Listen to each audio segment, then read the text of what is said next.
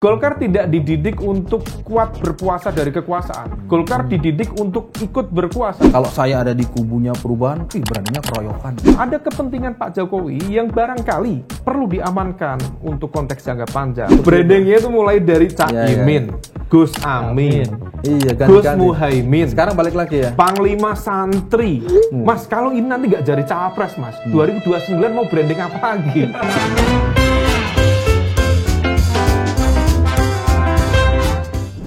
Ketemu lagi di Lanturan. Ngelantur relevannya mudah-mudahan. Insya Allah. Hari ini kita kedatangan mantan jurnalis.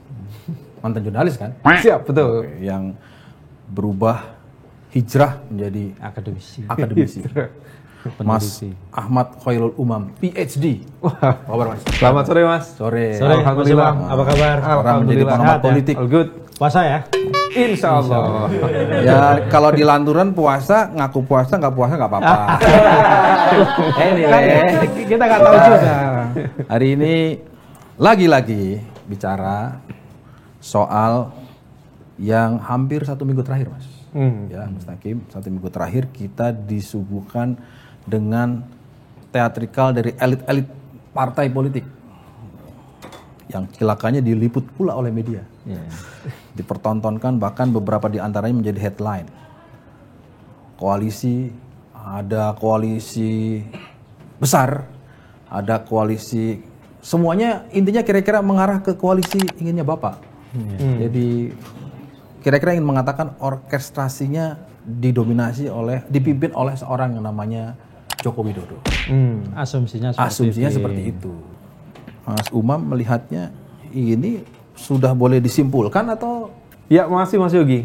Kalau misal ditanya apakah sudah bisa disimpulkan, jelas jawabannya tidak ada kesimpulan per hari ini. Mantap. Karena bagaimanapun juga, kapan kesimpulannya? Ya nanti kalau sudah ditetapkan oleh KPU, terutama pada bulan November 2023. Tapi kalau misal kita cermati yang dilakukan Pak Jokowi, seolah-olah memang kemudian menjadi daya tarik tersendiri.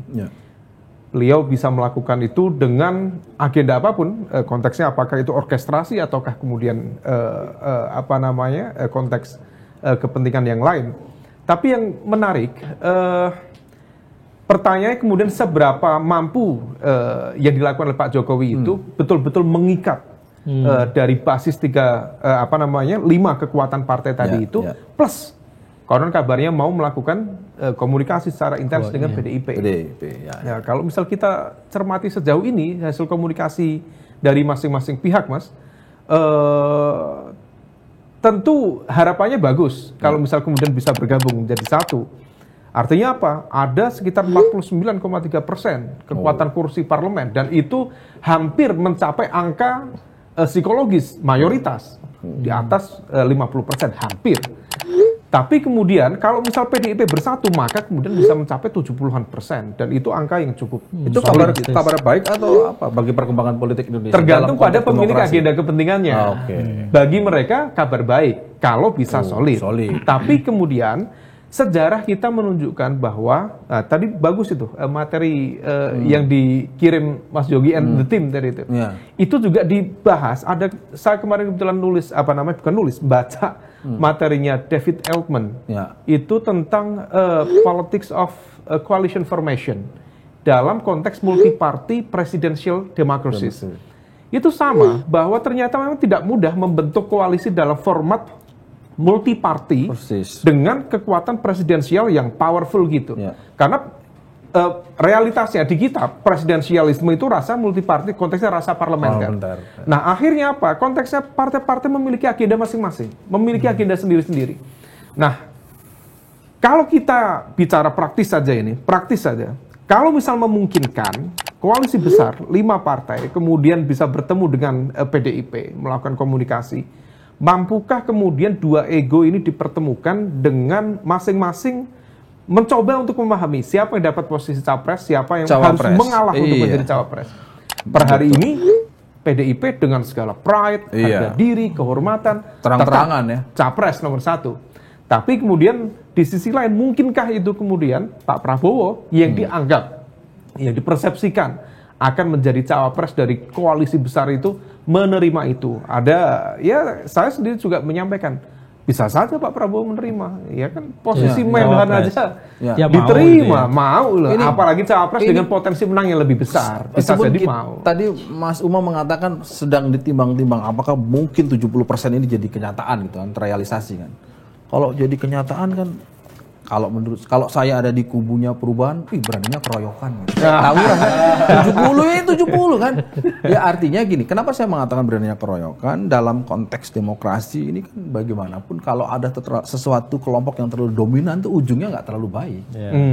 Artinya kita gini, kalau toh betul sampai nanti siapapun yang menang tetap butuh keseimbangan kan. Bahasa demokrasi kan itu yang dijaga. Gimana ya? Satu sisi kami para jurnalisnya juga nggak bisa berharap kan. Semoga yang jadi terbagi 30-30 gitu, salah-salah. Tapi kan nggak tahu kalau sekarang mau 70%. Kalau pertanyaan ini konteks ini ya, agak ideal ini. Bagaimana impactnya pada demokrasi? Sebenarnya kurang bagus. Betul, kurang bagus. Kenapa?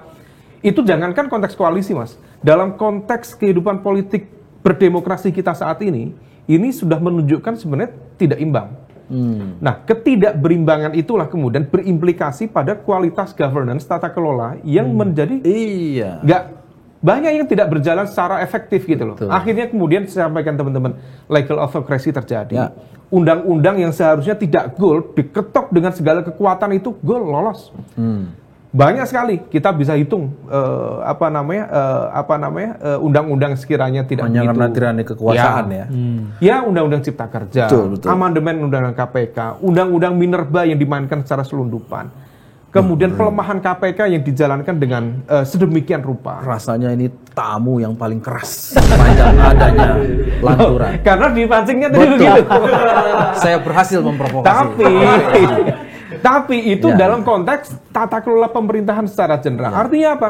Memang oposisi itu harus memiliki satu kekuatan yang juga cukup balance dengan kekuatan yang diawasi. Karena kalau misal tidak, maka kooptasi dan potensi dominasinya itu sangat kuat. Nah, ini Mas, ada satu, ini mumpung ada keyword dominasi. Ini muncul pertanyaan, mengapa kemudian seolah-olah dari partai-partai pemerintah tadi itu, dari 5 partai tadi, kok terlihat lebih guyup ketika berada di sekitar Pak Jokowi? Itu pertanyaan. Kenapa nggak ada satu partai yang menunjukkan keinginannya untuk mendekat dengan PDIP? Nah, ini atau mendekat ke Nasdem lah, kan ada kutub yang lain juga kan? Nah, gitu loh, nggak ada keberanian gitu, merapat lah. Saya coba masuknya di keyword tadi itu. Mas Umam nggak tahu. Kenapa? Nggak tahu kenapa? Kenapa? Sama saja. Ya dia mulai. Barangkali. Sebenarnya dari tadi kita mau ngomong kok tumben-tumben ya Mustaqim ini diem aja. Kalau gitu loh. Ternyata sama-sama nggak tahu Mas. Oke Mas. Konon kabarnya ada semacam perasaan di kalangan partai-partai pemerintah ini atau gimana? Bahwa PDIP dianggap lebih dominan dalam konteks pembagian kue-kue kekuasaan. Ini ada perasaan seperti itu. Itulah kenapa kemudian dari 5 partai ini kemudian lebih guyup di sini dan kemudian melakukan komunikasi lebih intens dan kemudian mereka mencoba untuk melakukan tadi bukan penyergapan tetapi mengepung PDIP. Untuk apa? Karena dengan 5 berkumpul, ini kekuatannya 49,3%, berhadapan dengan 20-an%. Nah, itu kemudian mereka mencoba untuk meyakinkan PDIP agar tadi memberikan golden ticketnya kepada kekuatan ini supaya kemudian bisa berjalan bersama. Problemnya kan ini 2 ego ketemunya agak susah. Nah, bisa ngelanturnya kan harapannya yang 5 parpol ini kan bergen supaya Ibu Mega kira-kira. Tapi ya kan? Ternyata Ibu Mega kesel. Gua diginiin mendingan gua merapat ke Nasdem gitu harus gitu. Lain duganya Mas Jokowi salah. Ternyata mereka bukan mengepung Nasdem, ngepungnya PDIP itu. Kenapa mereka ngepung PDIP? Secara natural, kalau ada pembagian kekuasaan yang dianggap tidak fair, itu akan cenderung mencari titik equilibrium yang baru, titik keseimbangan yang baru. Nah, itu sudah dilakukan Nasdem, karena tadi Nasdem disebut. Nasdem melakukan perlawanan itu dengan menyatakan clear tidak mau bersama dengan kekuatan yang tadi disebutkan. Nah, ini kalau misal dari teman-teman di koalisi besar, yakin atau nggak mau? Kan sudah membentuk koalisi sendiri. Sementara ini sampai sekarang kan sudah membentuk koalisi sendiri. Kecuali kan belum selesai. Kecuali ada meeting di London. Yang kabarnya mau ada meeting London itu. Itulah Pak SP dengan siapa? Saya nggak mau. Katanya mau ditemui Pak Luhut katanya. Iya. Katanya. Itu tapi Luhut yang kan mana di nih? episode sebelumnya kita pernah cerita. Ini juga namanya bisik-bisik. Karena waktu Pak SP ditemani oleh Pak LBP ketemu Pak Jokowi itu untuk laporan soal itu. Dan ternyata Pak Jokowi di dalam bilang, udah lanjut saja, silakan rencananya Pak Surya. Gitu. Wah, begitu Pak. Artinya lanjut dengan skema. Iya kan. Begitu pulang. Ya gemeteran ini, takut gitu. Waduh, kok diizinin, jangan-jangan diapa-apain gitu. Ya mudah-mudahan nggak diapa-apain. Dengar-dengar sih diapa-apain ya. Tapi kita belum tahu. Buktinya menterinya belum diganti juga kan? Belum. Iya belum. Pemeriksaan juga masih berjalan. Masih berjalan. Itu yang bikin gemeteran gitu loh. Makin panjang masanya. Tapi gini, saya apa ya faktornya ya? Kalau saya melihat sesederhana mungkin jangan-jangan ada hambatan psikologis dari pimpinan parpol itu. Kalau kepada Jokowi kan mungkin bisa cair. Pak Jokowi membuka diri.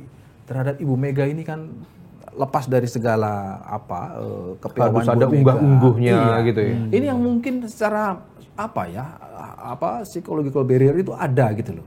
Iya. Sehingga nggak bisa muncul. Mungkin kita pernah tahu kan bagaimana Muhaimin Iskandar sebagai ketua umum PKB bisa dekat sama Ibu Mega. Tapi dalam konteks ini, kenapa lebih mudah merapat ke Jokowi, yang koalisi besar Jokowi? Karena mungkin pembawaannya. Bisa jadi nggak? Itu bahwa itu ada itu ciri khas Jokowi yang bisa merangkul semua. Iya, bisa jadi. Jangan-jangan yang the real yang memegang otoritas kekuasaan itu ya jangan-jangan mau Jokowi, Mas. Karena selama ini kan ada beberapa pengamat misalnya mengatakan bahwa ada 3 kingmaker nih terkait dengan pilpres di Indonesia itu ya. 1 Jokowi, kedua Surya Paloh, terus ketiga Megawati. Tapi saya ngobrol misalnya dengan salah satu sekjen partai yang ingin menjadi bagian, yang rencananya akan jadi bagian dari koalisi besar ini, the kingmaker itu ya sebenarnya cuma Jokowi. Hanya satu karena Jokowi yang bisa mengendalikan dalam tanda kutip gitu ya partai-partai ini gitu loh, bukan PDI, bukan Surya Paloh wajar dia ngajak Demokrat sama PKS, mereka nggak punya banyak pilihan misalnya gitu. Nggak, administrasinya kan PDI Perjuangan cukup lah ya untuk maju sendirian. Tapi kan prakteknya nggak mungkin dia, mana berani dia sendirian, sehebat-hebat setinggi-tingginya. Nggak akan berani, nggak akan sendirian dia. Iya. Kalau misal kita ya ini sifatnya juga asumsi. Kalau misal kemudian PDIP maju menggunakan golden ticket, yang most likely dia akan mengajak satu partai Islam. Karena dalam konteks narasi kekuasaan di Indonesia pasti nggak akan lepas. Nasionalisme harus dengan kekuatan Islam. Kira-kira? Most likely besar kemungkinan P3. P3. Kenapa P3? Ya ada hutang budi yang dulu konon kabarnya terjadi di 2019, di mana konon kabarnya P3 hampir out. Tapi kemudian diselamatkan oleh PDIP. Kalau koalisi besar tanpa PDIP, most likely yang akan menjadi capres adalah Pak Prabowo. Tapi mungkin nggak kemudian 5 itu bisa berkumpul menjadi 1, kemudian solid gitu. Sementara kita tahu setidaknya ada 3 kekuatan besar yang akan berbenturan. 1, Pak Erlangga, Ketum Golkar, yang sudah diamanahi oleh Munas Golkar untuk menjadi kontestan, capres ataupun cawapres. Tidak mungkin Golkar menyerahkan tiketnya secara cuma-cuma, secara ikhlas, pakai shot, ikhlas ya. Kepada capres yang belum tentu menang kalau juga. Kalau ada kalimat ikhlas itu artinya harus ada maharnya lah. Gitu kalau maharnya apa? Kompensasi. Kalau level dari Golkar pasti mintanya cawapres. Cawapres. Di sisi yang lain kita tahu tadi PKB. Caimin sudah berikhtiar menjadi cawapres itu sejak 2018 loh Mas. Ini sudah berapa tahun yang lalu kan di mana-mana kan. Dulu itu cawapres zaman now Mas. Sekarang udah now masih cawapres. Brandingnya juga sudah beragam. Who is Muhaimin? Gitu Muhaimin is Iskandar. Brandingnya itu mulai dari Caimin, Gus Amin, Gus Muhaimin. Sekarang balik lagi ya. Panglima Santri. Mas, kalau ini nanti nggak jadi cawapres, Mas. 2029 mau branding apa lagi? Nah, inilah yang kemudian Mas artinya Umar apa? Ini ada masalah apa sama? Nggak ada kan? Saya Saya ingin menunjukkan bahwa apa sebenarnya. Saya ingin menyampaikan bahwa Caimin dan teman-teman PKB itu punya apa bahasanya Kiai Mustaqim punya giroh yang sangat besar, punya semangat yang Caimin sangat dan besar. kawan-kawan tolong dengarkan ini. Niat baik dari seorang Nahdien. Ya, saya sebut Nahdien Karena biar jangan kalau ada sampai apa-apa ada bentengnya. Karena jangan sampai kemudian ini lagi-lagi kalau misal kita bicara politik Nahdien hanya menjadi ban serep, menjadi pendorong kendaraan mogok. Itu aja. Menarik sih. Dan itu sudah diikhtiarkan dan belum mendapatkan kesempatan yang baik dari nature politik. Dulu 2019 hampir Caimin. Tapi kemudian diveto oleh satu nama yang salah satunya tadi kita sebutkan. Akhirnya nggak jadi. Nah, sekarang momentum yang baik. Momentumnya apa? Lepas. Momentumnya baik. Ya. Dengan apa? Membentuk koalisi Gerindra dan PKB. Itu adalah cara yang paling make sense. Nah, kalau misal sekarang dua itu ditarik lagi ke dalam koalisi besar, Di merger lagi. dikacau sama Jokowi. maka kemudian makanya saya pribadi kemarin saya sampaikan ke Mas Mustaqim, pertemuan kemarin di PAN itu 5 partai berkumpul, yang paling terusik zona nyamannya salah satunya adalah PKB. Iya betul. Karena peluang untuk jadi cawapres itu semakin Ya otomatis semakin masa kecil. gabung pengen dua-duanya itu kan nggak mungkin. Iya. Nah, kalau misal kemudian koalisi besar mencapreskan Pak Prabowo, Caimin kemudian tidak mendapatkan kesempatan menjadi cawapres, saya kok berkeyakinan Caimin akan melakukan evaluasi besar terhadap keberpihakannya dalam konteks koalisi besar. Kemana? Ikut ke ikut ke kutubnya Teguh Umar atau ke kutubnya Surya Paloh? Kabarnya sih sudah sempat komunikasi sama Surya Paloh? capres sebelah, Mas. Iya sebut dong, sebelah itu siapa? Sebelah itu siapa? Anies Baswedan. Menarik Kabarnya ini. seperti itu. Saya salah satu yang ini saksinya dalam rapat saya mengatakan, kita ini kemana nih Pak Anies Baswedan ini? Sejak tanggal 2 April sampai tanggal 10 April semuanya isinya koalisi besar 5 ini. Padahal yang deklarasi pertama ini. Nah, dibilang ada kegiatan tapi memang internal. Nah, dengan begini kalau ada peluang PKB support ini dan wakilnya adalah Caimin, Dan pasti menarik juga. Iya, dan pasti sangat terbuka tuh Anies itu. Karena kan dia memang pengen cari wakil yang memang figur NU kan. Tapi dua-duanya UGM. Kurang ini Karena memang trennya the power of UGM sekarang. Power of UGM. Dari UGM ke UGM ini bahaya ini. Iya. UGM lagi berarti. Enggak, tapi itu serius yang bahwa Muhaimin udah buka komunikasi Ya, sama Pak saya Surya dapat Paloh. informasi udah ada komunikasi bahwa Caimin udah menawarkan diri dalam tanda kutip gitu ya untuk jadi cawapresnya. Masuk akal ya, karena terancam dia ya di koalisi besar Mas ya. Ya, begitulah faktanya. Dan mungkin kekuatan lain yang juga berpotensi mengancam soliditas koalisi besar ya PAN sendiri. PAN memang nggak akan mengajukan Pak Zulkifli Hasan, tetapi PAN punya penumpang baru, namanya Erick Thohir. Oh, yang tadi dibilang pembelinya tadi. Pembeli, saya nggak tahu Erick apakah Thohir ini skemanya transaksional Punya atau Inter Milan, sekarang punya PAN, jauh banget ya. Dari Inter Milan, minumannya dari banyak. Jomplang. PAN tiba-tiba menjadi penyelenggara Harlah 1 abad N. Oh iya. Ini semua artinya apa ya? Tapi nggak mudah Mas. Tapi apa yang dikerjakan Pak Erick Thohir kalau betul memang dia mengarah ke sana, nggak mungkin kan tanpa sepengetahuan dari seorang Jokowi? Iya tahu. Iya, tahu. Ya kan? Nggak mungkin. Jokowi tahu. Tahu. Apa kesimpulannya? Bukan kesimpulan. Apa bacaan kita kalau melihat begini? Memang semuanya ruang-ruang itu diisi oleh. Bisa saja kemudian tadi disampaikan Kiai Mustaqim tadi bahwa Pak Jokowi sebenarnya mencari titik aman. Karena sebenarnya kalau misal dia menjadi grantee utama dari koalisi besar, harusnya itu memicu kemarahan dari internal PDIP. Ya. Karena dia itu petugas partai PDIP. Persoalannya kenapa kemudian dia tidak mengurusi partainya dan lebih sibuk kemudian mengurusi partai-partai yang lain. Barangkali. Jangan-jangan kenapa partainya karena nggak ini mau soal diurusi? ego. Kalau dia PD Perjuangan kan cuma petugas.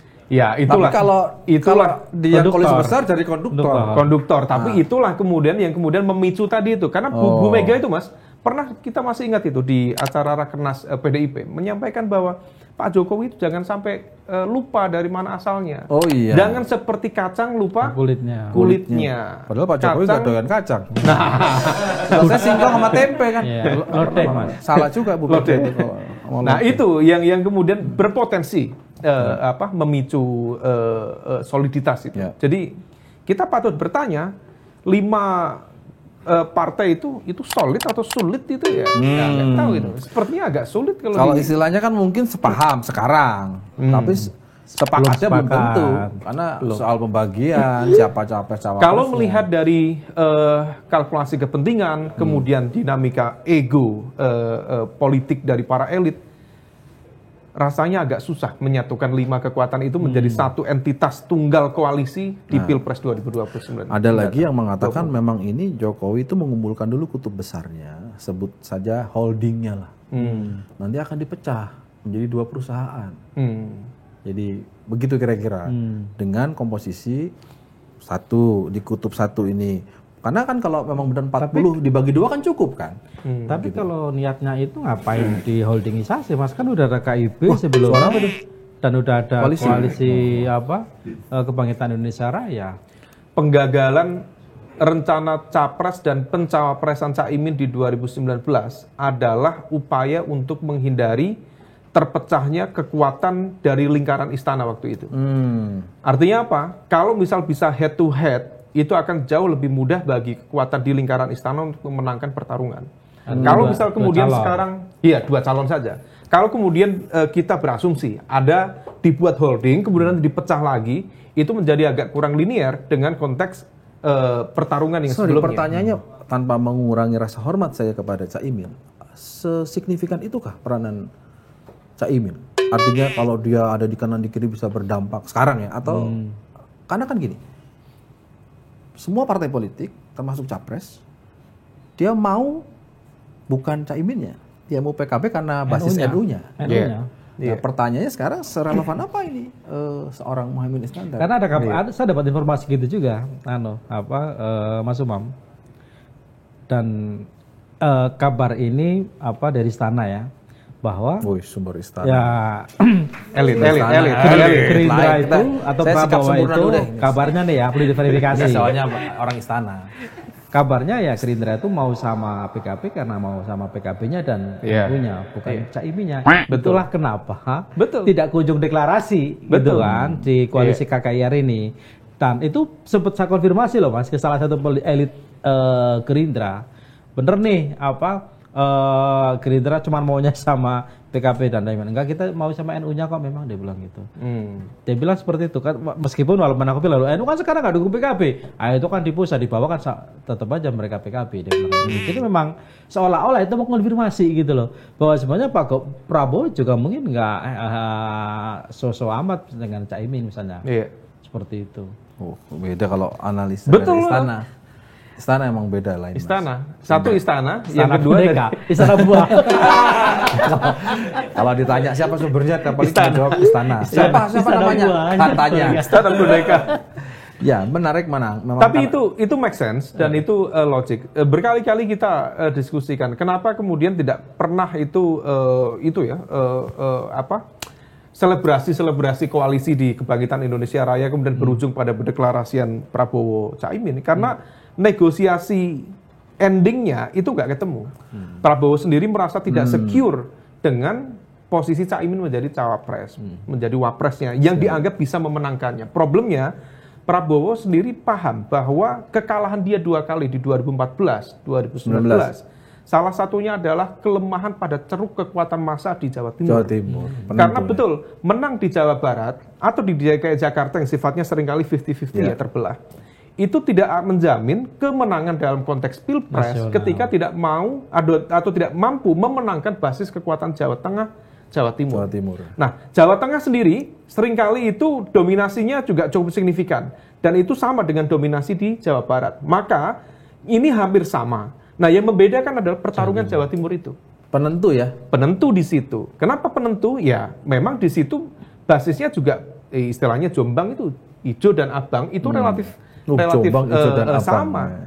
Jadi kelompok abangan dan kelompok santri religius itu dari segi demografinya itu mengalami sebaran yang tidak jauh berbeda. Kelompok Mataraman basis merah, kelompok yang di wilayah Tapal Kuda itu basis santri dalam konteks kalau NU itu Islam garis lurus itu.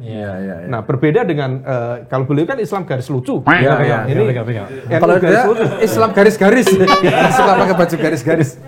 Nah, itu yang kemudian membuat Gerindra sendiri melakukan evaluasi secara serius, butuh basis kekuatan Islam, tapi Islam moderat, dan dia sudah dibuat kalah oleh pertarungan 2 kali pilpres karena dia menggunakan kekuatan Islam tapi bukan Islam moderat, Islam konservatif kanan.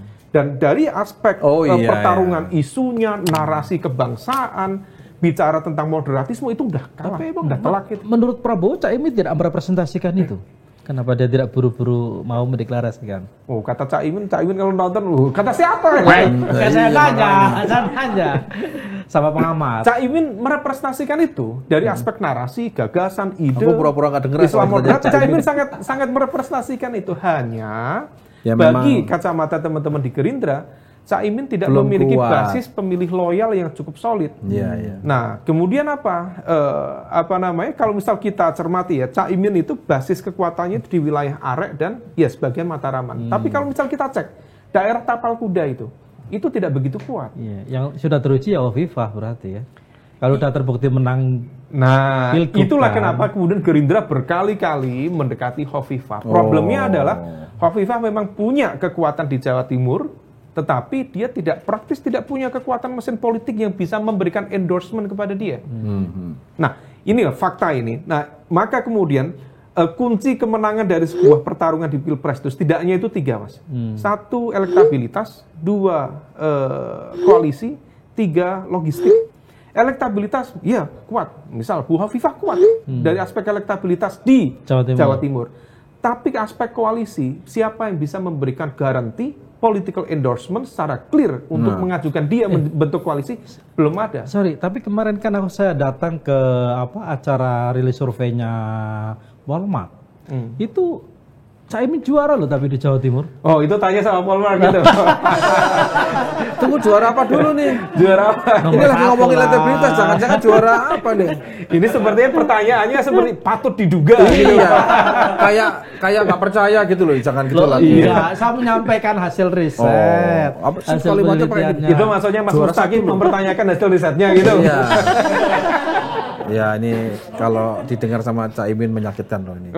Lo enggak yang ngomong lempar-lemparan kan. Kok responnya tegang gitu? Iya, ini yang saya mungkin gini, sepakat bahwa kenapa ya, termasuk Pak Yusril, lepas dari PBB tidak terlalu dominan, tapi menurut saya Profesor Yusril sama Indra ini politisi yang juga punya banyak bacaan yang menurut saya relevan. Dia mengatakan begini, semua ini tergantung nanti apa kata Ibu Mega. Bagaimana sikap PDI Perjuangan? Ini konteksnya dengan tadi itu, 5 partai ini mengepung PDI Perjuangan. Gimana kalau Mas Umam membaca ini? Artinya betul. Artinya semua akan bergeser, memang sikap dari Bu Mega dalam konteks ini pemegang kartu truf dari kekuatan tertinggi PDIP. Kalau itu sudah bersikap, semua orang baru bisa membaca. Ini kan semua masih meraba-raba. Menarik. Apakah kemudian akan meletakkan nama misalnya Ganjar? Ataukah kemudian Ganjar diletakkan posisi capres? Atau mau menerima sebagai cawapres? Nah, positioning dari Bu Mega inilah yang ditunggu semua pihak. Baik dari koalisi besar tadi maupun koalisi perubahan. Ini siapa yang mau dihadapin, ini siapa? Nah, maka sebenarnya kita juga mencermati yang disampaikan Bu Mega nanti itu akan bisa menjadi game changer dalam konteks pertarungan di 2024. Game changers, betul. Betulkah akan mengajukan Pak Ganjar ataukah justru dengan segala pride, kehormatan, ideologi, Soekarnoisme dan sebagainya, nilai-nilainya, maka diajukan misalnya Ganjar Puan, bisa jadi. Atau mencoba membuka ruang negosiasi. Misalnya tadi, kalau misal bareng dengan P3, maka Ganjar Sandi, karena ini sudah mendp nih, sudah ada yang beli nih, Ganjar Sandi, who knows? Nah, ini semua memang ditentukan. Atau bahkan kalau pada satu titik ada ruang negosiasi yang ketemu, Bu Mega, kita menerima karena Anda membentuk satu koalisi besar, kemudian akan mencapreskan Pak Prabowo sebagai bentuk kehormatan saya sebagai politisi senior yang dulu pernah menjanjikan perjanjian batu tulis. Maka saya berikan golden ticket saya sebagai bentuk kehormatan saya menerima posisi berpuas diri menerima nomor 2 sebagai cawapres pendampingnya Pak Prabowo. Who knows? Atau 50-50? 2,5 tahun capresnya siapa, 2,5 tahun capresnya siapa. Ya, kalau saya lihatnya begini ya, melihat lepas dari semua kemungkinan itu, PD Perjuangan satu hal, kedua sosok Ibu Mega dengan segala karakteristiknya, rasanya tetap akan mengajukan sendiri. Artinya tetap akan pilih golden ticketnya ada di dia. Saya per hari ini juga berkeyakinan PDIP tidak mudah terperdaya oleh kepungan dan juga saran, pengaruh dari lingkaran-lingkaran di sekitarnya, dan akan tetap percaya diri dengan segala kehormatan mengajukan capresnya dari PDIP. Mungkin kira-kira gini ya, Bu Mega telepon, Pak Jokowi, Anda ngepung saya? Gitu kira-kira gitu. Enggak Bu, kata siapa? Gitu kira-kira gitu kali ya. Yang ngepung itu bukan, itu yang ngepung itu partai-partai. Padahal kan ya kira-kira begitu. Kan nggak mungkin. Itu ngapain Prabowo dan teman-teman? Itu cuma guyon Bu. Iya, guyon kumpul-kumpul aja. Terakhir Bu Mega bilangnya begini, bukannya sama apa? Ya menarik ya. Jadi memang faktor Ibu Mega. Tapi poinnya adalah kita ingin melihat bagaimana PD Perjuangan melalui Ibu Megawati, ya kan, menentukan sikap. Dan kali ini sikapnya itu sangat menentukan konfigurasi. Nah, saya ini selalu ingin mengarah kepada 3 partai yang sudah di awal menurut saya lebih berani mendeklarasikan diri ya. Itu ada Nasdem, PKS, dan Demokrat. Ini jadinya gimana? Masa depannya gimana ini? Sudah cukup, batas ambang untuk mencalonkan sudah cukup. Isunya adalah di cawapresnya, ya kan? Nah, makanya tadi saya bilang, kalau PKB masuk, betul nih PKB masuk, misalnya, karena terancam di sini, dan nggak dapat tempat. Rasanya menurut saya masuk akal, karena Anies ini butuh suara Jawa Timur, butuh suara Nahdien kalau memang gagal mendapatkan Khofifah. Gimana nih yang tiga ini?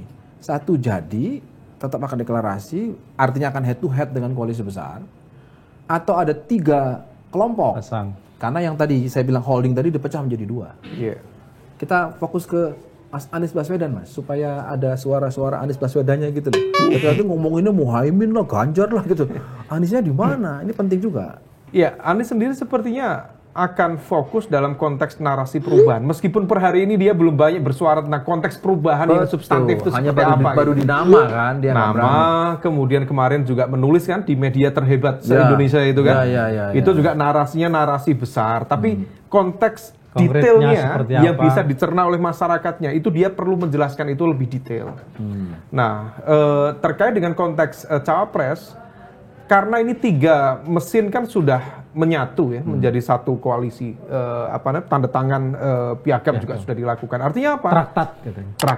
Traktat sudah ada, artinya ya ini mesin sudah terbentuk. Kalaupun ada yang datang belakangan, ya dia sifatnya sebagai pendatang. Nah, maka kemudian harus memenuhi persetujuan dari 3 kekuatan itu. Nah, adapun kemudian Caimin, tentu Caimin kabar-kabarnya bukan hanya Caimin yang datang. Ada juga satu partai lagi yang datang juga. Partai besar juga. Menawarkan diri pula. Datang. Dan juga agak cukup besar di partai yang besar tadi itu. Oh gitu. Kabarnya. Ya kalau datang cuma datang sehai aja tadi nggak apa-apa kan. Karena ikut buka bersama juga Mas masalahnya. Oh ikut juga. Buka bersama. Dan konon itu partai. Oh tahu tuh. Yang waktu sholat tuh sopnya paling kanan. Oh Golkar. Golkar datang kan? Loh, kok sebut nama Mas bukan Golkar. Kan kita pernah bahas. Kita pernah bahas di antara konfigurasi ini yang namanya Partai Golkar itu paling fleksibel kemana-mana ada. Gitu kan oleh Gus Takim dibilang bahwa ya memang oportunis. Saya bilang bukan oportunis. Golkar ini selalu melihat peluang kan. Iya. Gitu. Ya memang Golkar dididik untuk begitu. The ruling party. Golkar tidak dididik untuk kuat berpuasa dari kekuasaan. Golkar dididik untuk ikut berkuasa. Siapapun yang menang dia akan berpihak di situ. Maka dalam semua konfigurasi kekuatan politik selalu ada Golkar. Kenapa? Dia pasti tebar sel-sel benih-benihnya. Setiap dia kemudian melakukan pertarungan, kalau dia menang oke, kalau dia kalah dia cukup buka exit pintu belakang. Udah dia nyebrang ke nature-nya begitu. Artinya apa? Artinya ya kita kembali ke soliditas dari koalisi besar tadi itu. Sebenarnya kalau misal kemudian dilihat di situ, inilah yang membedakan antara PDIP dengan partai-partai di 5 koalisi besar tadi itu. Kalau PDIP itu dia terbukti kuat 10 tahun di pemerintahan Bahkan mungkin kalau misalnya nanti sampai 2024 13 tahun, dulu Bu Mega 3 tahun. Oh iya. Dia juga pernah 10 tahun konsisten menjadi oposisi. 5 partai ini Mas, ini partai yang secara konteks historis terbukti tidak kuat berkuasa dari kekuasaan. Nah ini hati-hati, ini soliditas dari sebuah kebersamaan, koalisi. Nggak siap miskin lah ya. Iya. Nggak siap soro. Ya kan kalau di luar, asumsinya kan kalau di luar pemerintahan tuh kering gitulah. Ya. Nah itulah. Nah itu yang sebenarnya mungkin barangkali PDIP sendiri tidak mau ikut ingar-bingar, bikin rame-rame. Dia kekeh aja dengan keyakinan dia, dengan ideologi, cara apa pandang. faktornya? Faktornya karena PDI Perjuangan itu karakternya adalah memang dominasi ketua umum sangat besar, luar biasa gitu dibandingkan dengan partai lain. Ada faktor patronase itu. Ya. Dan patronase itu bukan sekedar patronase, tetapi patronase yang dibimbing oleh cara pandang ideologi, pemikiran yang to some extent itu sangat menguatkan. Soekarnoisme itu kan identitasnya kan sangat-sangat tadi berani sengsara misal gitu. Meskipun di sisi yang lain, wanilite menitiskan darah gitu. Meskipun di sisi lain patronase itu juga diperkuat. Ada satu cara pandang yang mungkin juga kurang pas, misalnya cara pandang politik dendam. Jadi ya itu yang mungkin barangkali sisi lain yang tetap harus kita luruskan. Makanya itu nggak baik dalam konteks demokrasi. Nah tapi itulah yang kemudian menguat sampai di struktur di bawah dan terbukti salah satu partai yang punya party ID cukup kuat ya salah satunya PDIP. Nah kalau misal partai-partai yang lain termasuk 5 partai yang di koalisi besar itu adalah partai yang tidak memiliki party ID yang kuat. Karena dia pastinya swing. Jadi cuma berhitungan aja gitu ya. Hitung-hitungan aja. Saya keluar berapa dapat berapa gitu. Ya per hari ini juga nggak pernah ada satu narasi gagasan apa sih substansi dari koalisi sendiri itu apa? Apa yang mau keberlanjutan itu bentuk keberlanjutannya Mas apa? Umam, pada aspek apa aja? Ada pemikiran begini. Kenapa kemudian Pak Jokowi ini sangat serius menggarap, memastikan koalisi ini kuat dan kemudian dia pasti akan memenangi pemilihan nanti 2024 dan berikutnya akan melanjutkan karena untuk menjaga stabilitas. Ya terkait dengan investasi dan sebagainya. Stabilitas ini apa konteksnya? Nah, stabilitas tuh yang penting kalau nanti terlalu gaduh, nggak bisa dikelola. Dia pernah mengalami 2 kali pemilu habis-habisan gitu. Saya kira tidak itu. Enggak ya. Faktanya kalau misal sekarang dianggap gaduh, kemarin Corruption Perception Index kita drop dari 40, 38 sampai 34. Dan itu adalah penurunan tertajam dalam sejarah Indonesia pasca reformasi. Basisnya politik kita stabil, oposisi tidak berdaya, pemerintah sangat powerful, undang-undang yang dianggap tidak make sense bisa diketuk begitu saja. Nah, tapi kemudian drop semuanya aman. Drop ini bukan angka indeks saja. Siapa responden dari CPI adalah para pelaku usaha, Mas. Kalau misal bicara investasi ini, maka kita harus hati-hati dengan narasi yang dikembangkan oleh, saya pikir itu tidak kredibel. Termasuk dulu amandemen Undang-Undang KPK. Apa narasinya?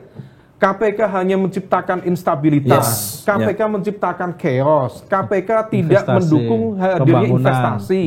Ini tidak sesuai dengan nilai-nilai developmentalism.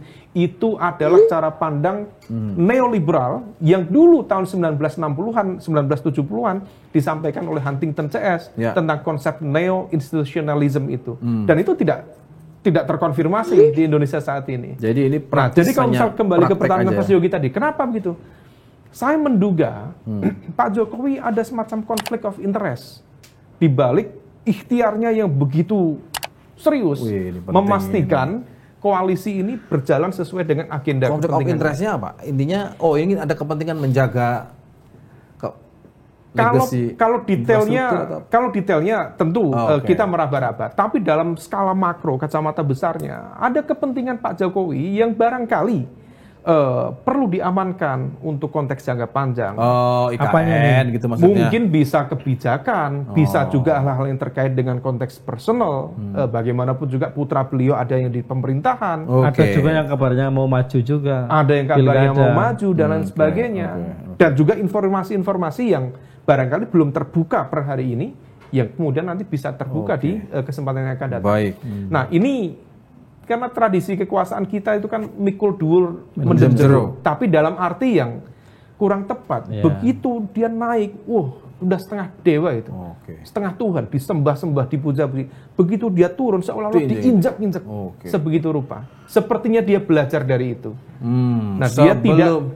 Sebelum kita lebih jauh menguliti Pak Jokowi dan ada apa dia bilang? Ini suruh closing gitu loh sama produser. Lagi asik-asiknya ngomong. Aku belum ngomong apa-apa udah di closing ini kayaknya ada orang istana di belakang ini. Giliran mau ngomongin baru mendalam ada apa di belakang rencana Jokowi langsung closing. Nggak kasih kode-kode. Ini kayaknya kita salah. Ini kode yang menyelamatkan saya. Iya makanya ini kayaknya kita salah ngundang narasumber ini. Iya, saya nganggur jadinya ini. Oke Mas Umam, kita tradisinya lanturan itu selalu tidak pernah menyimpulkan.